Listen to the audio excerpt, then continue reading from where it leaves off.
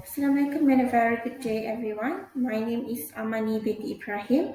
I'm an occupational therapist from Autism Gym Center, and today I'll be presenting about sensory integration. Now, going on to the introduction of sensory integration. So, the theory of sensory integration, together with the treatment approach, are derived from the theory that grew from the work of Jean Ayres. So Ayres developed her theory in an effort to explain the behavior observed in children with learning difficulty based on their neural functioning. So specifically, Ayres hypothesized that some children with learning difficulties usually experience problems in organizing their sensory information for use. So she named this whole neural process as sensory integration. And apart from that, much of Ara's work and also with her colleagues, was devoted to the development of evaluation tools that could clearly identify individuals with sensory integrative problems. So they came out with a tool called the Sensory Integration and Praxis Test (SIPT). So this SIPT, it identified the subtypes that can be identified under the SIPT, which are there are four. Which is the first one is the visual and tactile perception with praxis.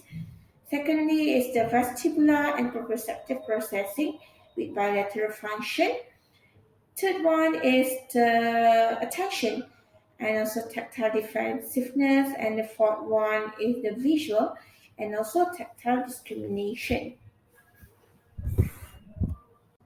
So going on, so in recent years, scholars in sensory integration such as Johns, Miller and his colleagues have came out with sensory integration process and categorized them into different category.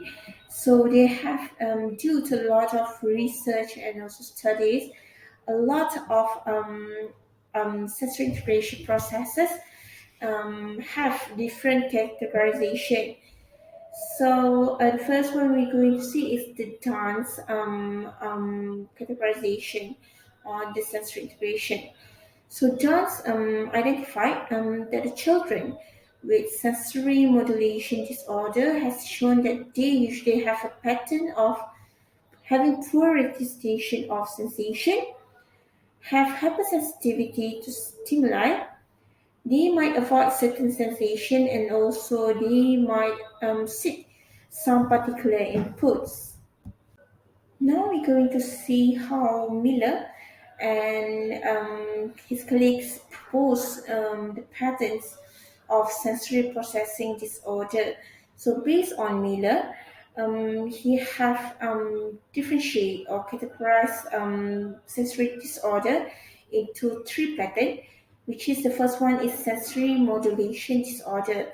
So under sensory modulation disorder, it includes the subtypes of overresponsivity, underresponsivity, and also sensory seeking. So second pattern is the sensory discrimination disorder.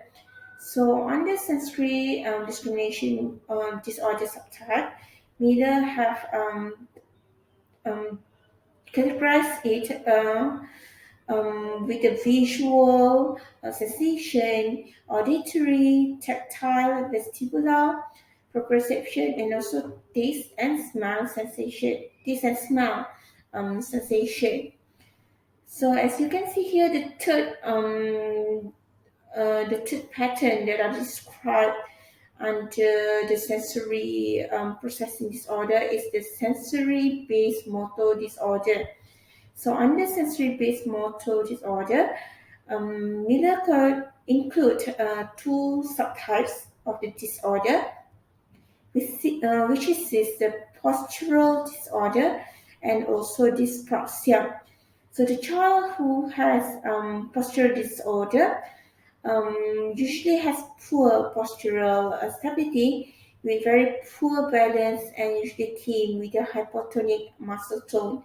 And the child with dyspraxia usually has an impaired motor planning that will affect their consequence, their planning, and also their execution of their action in daily life.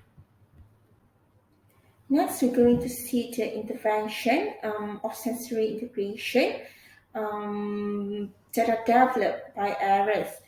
So Ares developed intervention that she believed would help to resolve sensory integration problem. So she proposed an intervention approach based on two assumptions that are drawn from neuromaturation theory and also from system theory. So based on neural maturation concepts such as hierarchical organization of cortical and subcortical areas, the developmental sequence of learning and skill acquisition and also in neuroplasticity are seen to be very essential to an understanding of the mechanism of sensory integration. So, based on this assumption, a sensory integration approach seeks to provide the child with enhanced opportunities for controlled sensory input with a particular emphasis on the vestibular, proprioceptive, and also tactile input in the context of meaningful activity. So we hope that the child, especially that have issue with their vestibular, proprioceptive, and also tactile input, to be able to interpret the sensation input that they get in performing their daily life activity. Going on with the intervention for sensory integration. So early work by Aris and also his colleague also have reported a positive changes that are resulting from sensory integration intervention in such outcome as motor, academic, and also language performance area. So recent studies also that have been using a rigorous method have shown a positive effect of sensory integration intervention in which it made it significant gains on goal attainment scaling in the area of attention, cognition, and also social performance of a person. However, although sensory integration research typically demonstrated only a small positive effect, sensory integration intervention is still widely practiced by occupational therapists, and it is still a powerful force in the clinical reasoning in the field of pediatric in particular. So next we're going to see the core element of sensory integration intervention. So as mentioned before, in recent years there's a lot of scholars that have made studies, research into the area of sensory integration in particular. So Miller and his colleagues, scholars, have came out with a list of core elements of sensory integration intervention that can be used as a guide for therapies, which contain 8 elements, which is we're going to go one by one. Which is the first one is the sensory integration intervention said to be provide a sensory opportunities for the person who need it. So the therapist usually provide the opportunities for the child to experience intense sensory experience, including using tactile sensation, vestibular sensation, and a proprioceptive input, generally in combination in the therapy session and also to be practiced on their daily life activities. So the second element is that it provides a just right challenge. So activities are developmentally appropriate and challenge the child to exhibit a higher level of skills compared to the typical performance. So the challenge presented should evoke an adaptive response for the child. And then going on to the third element, which is its collaborate on activity choice and also guide in self organization. So usually the child will be an active collaborator in the therapy session. So the child may select activities and also are encouraged to initiate the activities in their therapy session. So the therapist can support and also guide the child in organizing their behavior and also in making choices and planning their activities. And then going on to the fourth element as stated by Miller, which is it support optimal arousal and arrange room to engage with child. So during the session, the therapist usually support the child optimal arousal and attention, engagement, and also their comfort. So usually the room is arranged in arrangement that will help in engage the child's attention and also to help them to modulate their sensory responses better. And then going on to the fifth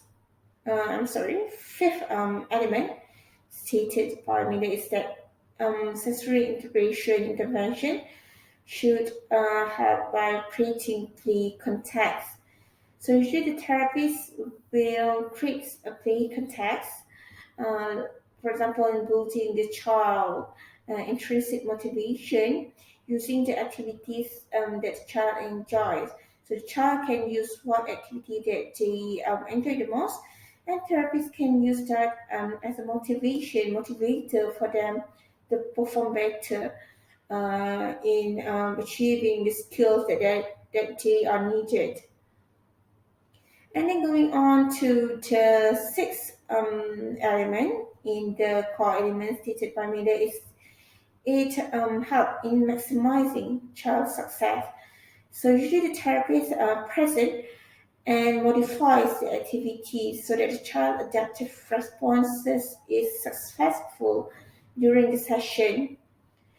And then seven core element is that it should ensure physical safety of the child. So the therapist should ensure the child is physically safe by using protective equipment and also by maintaining physical proximity to the child so that the child are not harmed in the session. And last but not least, that it the sensory integration intervention, it fosters therapeutic alliance. So therapists should convey positive regards towards the child and also make efforts to build the child trust so that they can perform better in their daily life activities. So as a conclusion, we can say that sensory integration play a very important role. It's very essential in helping one to interpret their sensory input in performing their daily life activities. Those who have a sensory integration disorder or problem may find difficulty in performing and also in blending well with their surrounding. So here are the reference that I use in making this slide. So thank you so much and have a very good day everyone.